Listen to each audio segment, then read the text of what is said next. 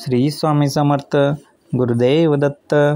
स्वामी कृपा ह्या आपल्या चॅनलमध्ये सगळ्यांचेच स्वागत आहे. सगळ्यांच्या पाठीशी स्वामींचा आशीर्वाद नेहमी राहो हीच त्यांच्या चरणी प्रार्थना. आज आपण ह्या व्हिडिओमध्ये जाणून घेणार आहोत की जी होळीची राख तयार होते ती राख आपल्या जीवनासाठी किती उपयोगी आहे. ह्या राखेचा खूप महत्त्व आहे. ह्या राखेमुळे आपल्या घरात माता लक्ष्मी कशी प्रसन्न होते, भोलेनाथ म्हणजे महादेव कसे प्रसन्न होतात, आपल्या आर्थिक प्रगती कशी होते, ह्या सर्व बाबी आज आपण बघूयात.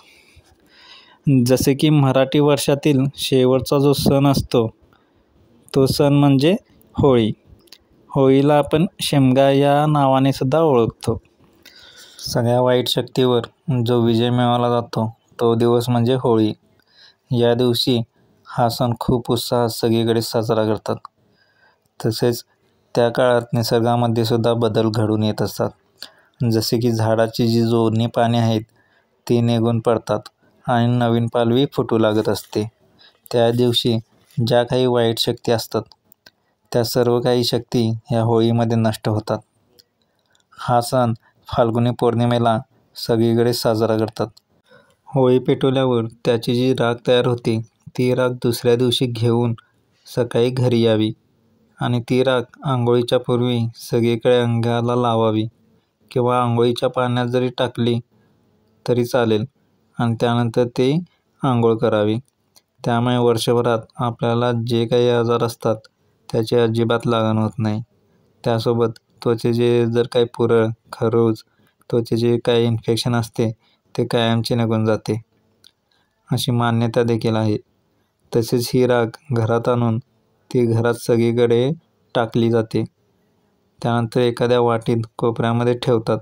असे केल्याने घरात जी काही नकारात्मक एनर्जी आहे, नकारात्मक शक्ती आहे त्या सर्व शक्तींचा बाधा निघून जाते. जर का कोणाला आर्थिक संकटाचा सामना करावा लागत असेल, घरात लक्ष्मी येत नसेल, पैशाची चणचण भासत असेल, अशावेळी ही होळीची राख खूप उपयोगी पडते. ही राख घरात आणून तिजोरीमध्ये ठेवावी. त्यामुळे वर्षभर माता लक्ष्मी प्रसन्न होत असते. घरात पैसाच पैसा येत राहत असतो. जे काही अडकलेला पैसा आहे तो मार्गी लागत असतो. दुसरा फायदा म्हणजे होळीची राख ही एखाद्या ताबीतमध्ये किंवा एखाद्या कापडामध्ये गुंडाळून हाताला बांधावी. त्यामुळे जी काही वाईट शक्ती आजूबाजूला असते त्याचा नाश होतो. विशेषतः लहान मुलांना याचा फायदा खूप होतो. त्यासोबत जर कोणाच्या कुंडलीमध्ये काही दोष असेल त्यावेळेस ही होळीची राख आणून पाण्यात मिसळून शिवलिंगावर अर्पण केल्यास भगवान महादेव प्रसन्न होतात. जो काही कुंडलीतला दोष असतो तो राहत नाही. अशा प्रकारे होळीची राखीचा जे काही फायदे होतात ते आज आपण जाणून घेतले. हा व्हिडिओ कसा वाटला ते कमेंट करून सांगायला विसरू नका आणि बेल आयकॉन प्रेस करा. त्यामुळे तुम्हाला नवीन नवीन व्हिडिओचे नोटिफिकेशन भेटत राहील.